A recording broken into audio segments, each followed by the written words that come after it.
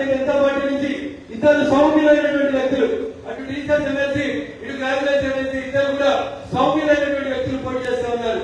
కాబట్టి ప్రతి ఒక్కరూ ఆలోచించుకొని పాలకపక్షాన్ని నిలదీసి కాంగ్రెస్ ప్రభుత్వం చేస్తున్నటువంటి తప్పులు ఎండగట్టేందుకు దాని పేరు పెద్దల సభ. పెద్దల సభలో ఎవరు పోవాలి? ప్రజల పక్షాన్ని కొట్టడానికి పోవాలి. అసలు పాలకపక్షం పాస్ చేస్తే దాన్ని నిర్వహించే శక్తి, ఆపే శక్తి ఎవరుంటుందంటే పెద్దల సభకు మాత్రమే ఉంటుంది. ఇక్కడ నేను మీకు ఒక ఉదాహరణ చెప్పి ముగిస్తా. రోజయ్య కాంగ్రెస్ పార్టీ నుంచి చాలా కాలం పాటు శాసన మండలి సభ్యుడిగా ఉండేది. తర్వాత ముఖ్యమంత్రి కూడా చేసిండ్రు. దివంగత సీనియర్ నాయకుడు కాంగ్రెస్ పార్టీలో రోజయ్య గారు. ఎన్టీ రామారావు గారు 1982లో ముఖ్యమంత్రిగా గెలిచి మోసానికి గురై తిరిగి 1975లో రెండోసారి ముఖ్యమంత్రి అయిన తర్వాత శాసనసభలో బిల్లులన్నీ మామూలుగా పాస్ అవుతూ పోతా వస్తా ఉన్నాయి. ఎప్పుడైతే బిల్లు శాసన మండలికి పోతుందో అక్కడ రోజయ్య గారు అంటే ఒక అనుభవజ్ఞుడు, ఒక సీనియర్ నిలబడి గంటలు గంటలు రాష్ట్ర ప్రభుత్వాన్ని కార్నర్ చేస్తుంటే ఏం చేయాలో అర్థం కాక ఎన్టీ రామారావు లాంటి జనాదరణ ఉన్న నాయకుడు తప్పనిసరి పరిస్థితులలో భారత ప్రభుత్వానికి రాసి నాకు ఈ శాసన మండలి వద్దు, ఈ పెద్దల సభలో పెద్దలు జరుపుకోవడం నాతో ఐదలేని శాసన మండలిని రద్దు చేయించుకుంటే పెద్దల సభకు ఉన్నటువంటి ఇంపార్టెన్స్ దయచేసి మీరు అర్థం చేసుకోవాలి. అట్లాంటి చర్చలు అట్లాంటి సాంప్రదాయం లేదు.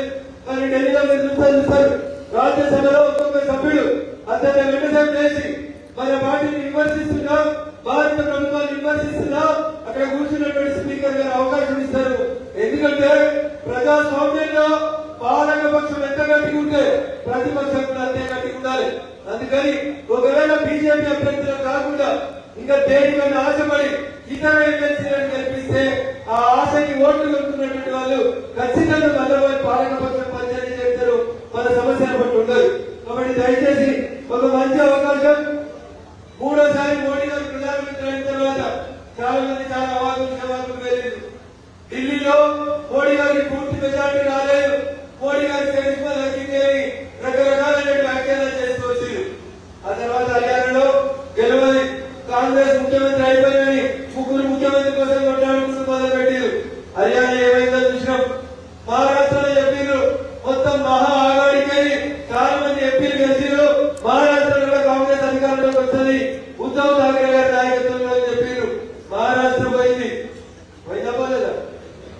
ఆ తర్వాత మన ఢిల్లీ వచ్చింది, కేజ్రీవాల్ సింపతి వచ్చిందంట, జైలు పోతే కేజ్రీవాల్ మీద మంచి ఆలోచనలు ఉన్నాయంట, మూడోసారి గెలిచిందంట. దాదాపు 27 సంవత్సరాల తర్వాత ఢిల్లీ పీఠాన్ని ఈ రోజు భారతీయ జనతా పార్టీ గెలుస్తుంది. అది మీ మా మన నుంచి అందరూ కార్యకర్తలకు వచ్చిన తప్ప ఇంకొకటి కాదు. అందుకని ధైర్యంగా ఏదైనా ఒక రీఫార్మ్ తీసుకురావాలంటే, ఒక మార్పు తీసుకురావాలంటే దేశం లోపల ధైర్యంగా తీసుకొచ్చేటువంటి పార్టీ భారతీయ జనతా పార్టీ. ఎవరి ఊహాలన్నింటి లోపల ఒడిశాలో అధికారంలోకి వచ్చిన చాలా మంది పేర్లు ఒడిశాలో ముఖ్యమంత్రి అయితే నిలబడి. ఎవరైనా ఒడిశాలో ముఖ్యమంత్రి? ఒక గిరిజన బిడ్డని, మొదటిసారి ఎమ్మెల్యే గెలిచిన ఒక గిరిజన బిడ్డని ఒడిశాకి ముఖ్యమంత్రి చేసింది భారతీయ జనతా పార్టీ. గుర్తుపెట్టుకోవాలి మనందరం కూడా. ఈ రాష్ట్రంలో ఈ మధ్య ఒక ఫ్యాషన్ అయిపోయింది, మైకి దొరికిన ప్రతి ఒక్కరు మేము బీసీలకు ఎత్తుతున్నాం, బీసీలకు ఎత్తుతున్నాం బాగా ఇంటిగా కొట్టుకుంటూ మాట్లాడుతా ఉన్నారు. వాళ్ళని అడుగుతుంది, అదే బీసీ జనగణన చేసిన కాంగ్రెస్ పార్టీని రేవంత్ రెడ్డి మాట అడుగుతుంది. జనాభాలో 55% బీసీలు ఉన్నారని, 10% ముస్లింలు తీసుకుని కలిపి 55% ఉన్నారని చెప్పిన రేవంత్ రెడ్డి నేను అందరికీ 50 చెప్తున్నారు. మేము జనగణన రాహుల్ గాంధీ చెప్పి చేసినాం, రాహుల్ గాంధీ కళ అంటున్నాడు. జనగణన ఎందుకు అంటున్నారంటే రాహుల్ గాంధీ పార్లమెంట్ లో మాట చెప్పాడు. ఏమని? జనాభాలో జనం ఎట్లుంటే ఏ జనాభా ఎట్లుంటే అందరికి మేము పరామర్శిస్తామని చెప్పాడు. అయ్యా రాహుల్ గాంధీ గారు, అయ్యా అజయ్ కుమార్ గారు, రేవంత్ రెడ్డి గారు, మహేష్ గౌడ్ గారు సూటిగా ఒక ప్రశ్నకు సమాధానం చెప్పండి. తెలంగాణలో నేను జగన్ చేసినామని చెప్పింది కదా, దామాషా పద్ధతిన మంత్రి పదవి ఎప్పుడు ఇస్తారనేది రాహుల్ గాంధీ చెప్పాలి. 155% తెలంగాణలో బీసీ ఉందని చెప్పింది కదా, మరి ఇద్దరికే మంత్రి పదవులు ఇచ్చి, ఇద్దరికే బీసీ మంత్రి పదవులు ఇచ్చి సగం కావాల్సినటువంటి మంత్రి పదవిని ఎందుకు చేయలేదని ఒకసారి సమాధానం చెప్పాలి. ఇలా భారతీయ జనతా పార్టీ కరీంనగర్ నిజామాబాద్ పార్లమెంట్ లో ఇద్దరు ఎమ్మెల్సీని పోటీ చేపిస్తుంటే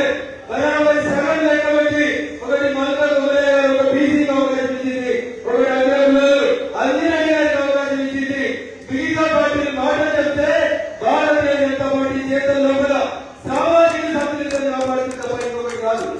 కాంగ్రెస్ ఎప్పుడు కూడా నోటితో చెప్పింది, నొసంతో ఎగిరింది తప్ప కాంగ్రెస్ ఏ రోజు కూడా ఒక బీసీని రాష్ట్రానికి ముఖ్యమంత్రి చేయలేదు. పొరపాటులో రైలు చేస్తే చేసిన 2 ఏళ్ళు కూడా ముఖ్యమంత్రి రైలు ఎయిర్పోర్ట్ లో ఆయన సరైనటువంటి రీతిలో గౌరవించకుండా అగౌరవపరిచిన అవమానపరిచిన ముఖ్యమంత్రి దిచ్చేసినటువంటి చరిత్ర కాంగ్రెస్ పార్టీ. అందుకని ఈ ఎన్నికలలో దయచేసి సమాజం ఆలోచించాలి, వీళ్ళు పేదవాళ్ళందరూ ఆలోచించాలి. భారతీయ జనతా పార్టీ నరేంద్ర మోడీ గారి నాయకత్వంలో ఒడిశాలో ఒక గిరిజన బిడ్డలు, మధ్యప్రదేశ్ లో ఒక బీసీ బిడ్డలు, రాజస్థాన్ లో ఒక అగ్రకులాన్ని, ఢిల్లీకి పోతే ఒక మహిళా మాతృమూర్తిని ముఖ్యమంత్రులుగా 4 రాష్ట్రాల్లో 4 విభిన్న సంస్కృతులకు సంబంధించిన వ్యక్తుల్ని ముఖ్యమంత్రులు చేసుకుంటూ వచ్చింది. సామాజిక సంతులితం కావాలనేటువంటి పార్టీ భారతీయ జనతా పార్టీ. కేంద్రంలో